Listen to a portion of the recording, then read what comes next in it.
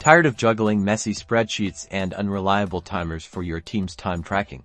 In this video, we'll unlock the power of the Clockify API and show you how to integrate it directly into your Next.js application. First, head over to Clockify and create a free account if you don't already have one. After that, create a new workspace within Clockify. You'll want to navigate to their documentation and find the link to generate your unique API key. Keep this safe.